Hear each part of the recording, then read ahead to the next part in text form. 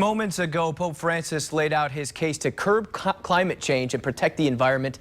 A draft of a 190-page document was leaked online earlier this week, and the papal encyclical, in it, the Pope described ongoing damage to nature as one small sign of the ethical, cultural, and spiritual crisis of modernity. The solution, he says, will require self-sacrifice and a, quote, bold cultural revolution worldwide. This morning on Daybreak, we're narrowing in on why the Pope may have decided to focus on this topic. And we're joined now with Carl Apple from the Catholic Diocese of Grand Rapids. First off, Carl, obviously, thanks for being with us this morning. And all this happening, as you were just saying, 6 o'clock, noon Vatican time for the Pope. First, for those who don't know, why is an encyclical from a Pope such a big deal? Well, often it isn't. You know, most encyclicals, you probably wouldn't bring me in to talk, but, you know, Pope Francis makes news, and certainly when he focuses on a topic like the environment, people tend to listen because it can be so polarizing in many cases.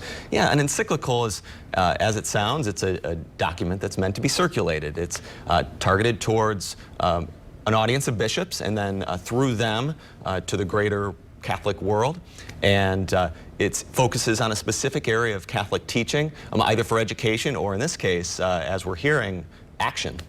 And Pope Francis saying that he didn't just want this to be for the cardinals and the bishops and the church. He wanted everyone to kind of take notice of this because this is a global issue, and this is really the first time a Pope has specifically focused on the environment. So why environment for Pope Francis? Yeah, a lot of people may not realize that the environment is actually an inherent part of Catholic social teaching. St. John Paul II, he wrote about cultivating a garden of the earth, and Pope Benedict wrote about it as recently as the last decade. Pope Francis has been talking about the environment for many months leading up to this. So, you know, what you'll see in the document, I've seen a summary, it was just released, but I mean, really, if you look at sort of the main headings and you get the gist of what he's talking about, you know, he is talking about action. He's talking about the individual lives of sort of making moral decisions based on how we spend our money and where we live. And, you know, if you look at Pope Francis and how he lives his life, one of the things that makes us drawn to him is the simplicity of how he lives his life, right? And his care for the poor. And I think he wants to show that all of those things are intertwined with our care for Mother Earth. And so how then is something like this, a 190-page global document, going to make its way here to West Michigan? Well, I think this is the first step, you know, talking about it. Like I said, we wouldn't normally be talking about it. So that's the first step. You know, we're here talking about it. And then after that, I would encourage everybody watching this today, download it. On an e-reader, of course. You don't want to print it, you know. But you know, download it, read it, and examine your conscience morally to see how that might apply to your individual life.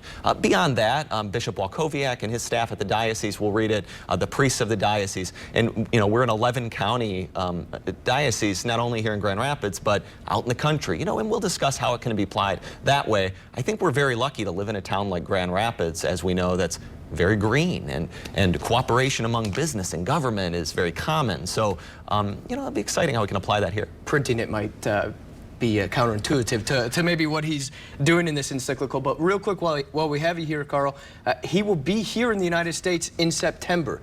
And in this, he kind of said the U.S. and China, big players in this whole global change of climate change. How does this encyclical coincide with this visit here?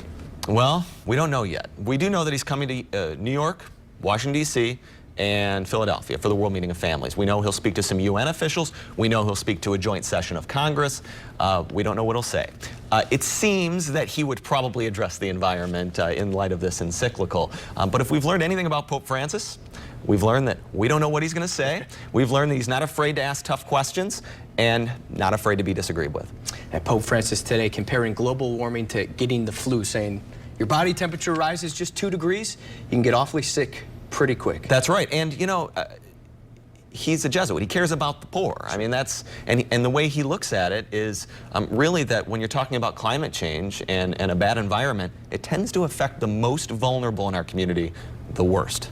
Carl Apple from the Catholic Diocese here in Grand Rapids, thanks for joining us this morning. It'll be interesting to see how the world reacts to Pope Francis' newest encyclical. Glad to be here.